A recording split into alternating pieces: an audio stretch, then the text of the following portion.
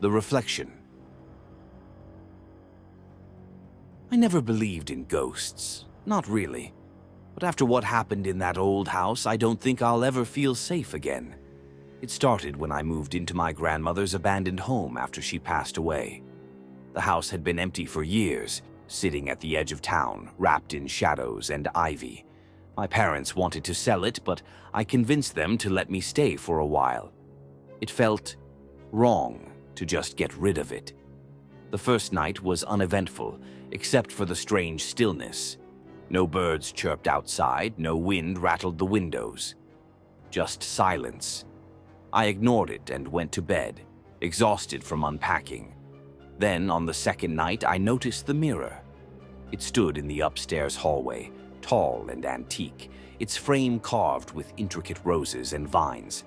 I didn't remember it being there before, but I figured my grandmother must have left it behind. The glass was cloudy, and when I looked into it, my reflection seemed off. The angles were slightly wrong, my expression delayed by a fraction of a second. It unsettled me, but I told myself it was just my imagination. That was my first mistake. Over the next few nights, strange things kept happening. I'd wake up to faint whispers in the hallway just outside my door. When I checked, there was nothing there. Doors creaked open on their own, and I started feeling like I was being watched. One evening, I stood in front of the mirror, studying my reflection. My skin looked paler, my eyes darker. The more I stared, the less it felt like I was looking at myself. I lifted my hand, and my reflection followed, but there was a hesitation. Just a tiny lag, like an old video buffering. My stomach twisted. I reached out and touched the glass. It was freezing.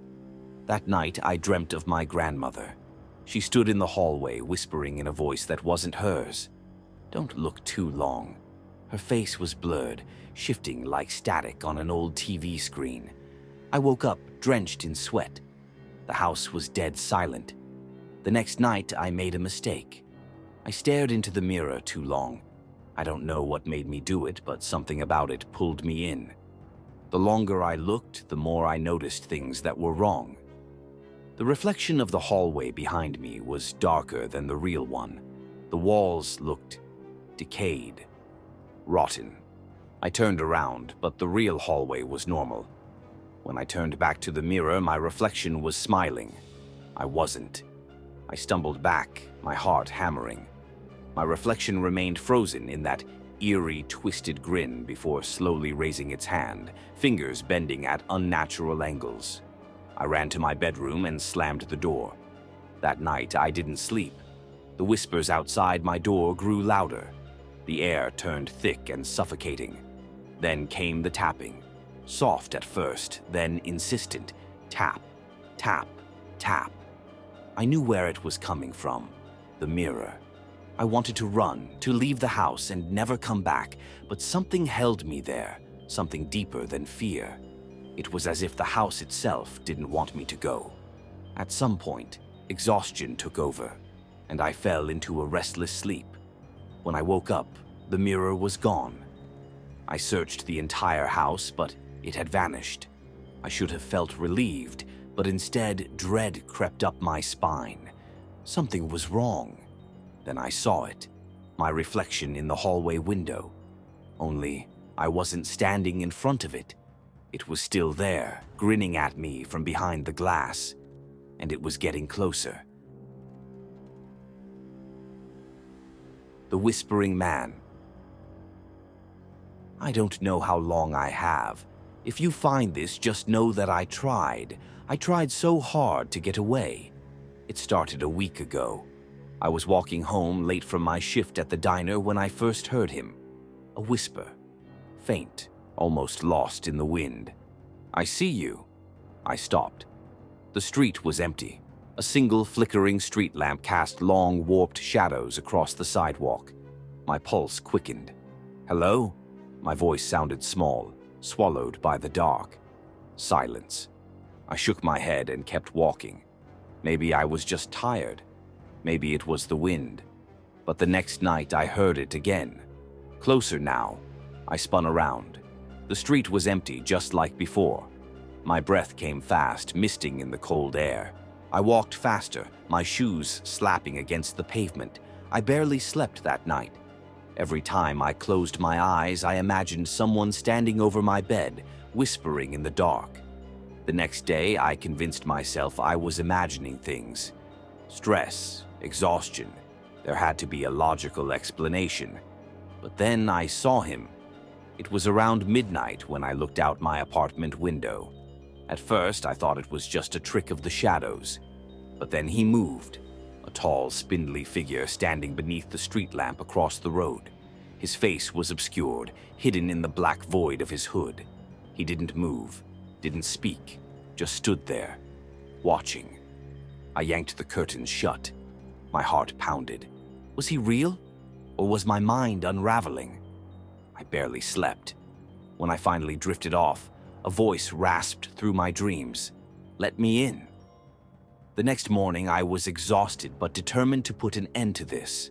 I reported it to the police, but they just nodded politely, told me they'd send someone to patrol the area. That night, I triple-checked the locks before bed. Every light in my apartment was on. Sometime around 2 a.m., I woke up. The lights were off. I didn't turn them off. The room was suffocatingly dark, but I could feel something. A presence. Then, from the corner of the room, "I'm here," I screamed, scrambled for the lamp. The bulb flickered on, casting a weak glow. Nothing. But my closet door was open. I ran. I didn't stop until I was outside, shivering in the cold night air. I called my friend, Emily. She picked me up, didn't ask questions when I begged to stay at her place. I thought I'd be safe, but I was wrong. Last night was the worst. I was sleeping in Emily's guest room when I woke to a soft creak. The door. It was open. A figure stood in the doorway, silhouetted in the dim light. Tall, thin, whispering. Too late. I couldn't move, couldn't scream. He stepped closer, the darkness around him shifting like smoke. I finally found my voice and shrieked, scrambling backward. The light flicked on as Emily burst in. But he was gone. Nothing but a whisper lingering in the air. Emily saw the look on my face. She didn't question me, just packed a bag and drove me to a motel. I thought I could escape. But even here, I hear him. The first night, the whispers were faint, just a soft scratching at the edge of my hearing. I left the TV on to drown them out. It didn't help. By the second night, I saw him, reflected in the bathroom mirror as I brushed my teeth. A black figure standing just behind me. When I turned, there was nothing. The whispers are louder now. I don't even need to sleep to hear them. Let me in. You can't run. I see you. Tonight is my last chance. I know that now. The whispers are inside the room. I can feel breath on my neck. My fingers are trembling as I write this, but I have to finish. Someone has to know. If you hear him, if you ever hear the whispers, run. Whispers in the walls. I never believed in ghosts. I laughed at horror movies and scoffed at ghost hunters on TV. That was before I moved into the old house on Willow Street. Now, I don't laugh anymore. It started the first night. The house had been vacant for years, but the rent was cheap, and I needed a fresh start. The place was old, the wood warped, the floors creaky. But I liked it, until I heard the whispers. At first, I thought it was just the wind, a trick of the house settling. But as the nights passed, I realized the sound was deliberate. Murmuring voices, too low to make out, coming from inside the walls. I told myself I was imagining things. Living alone could do that to you. But the feeling of being watched? That was real. Every time I turned a corner, I felt eyes on my back. The shadows in the corners seemed to shift when I wasn't looking directly at them.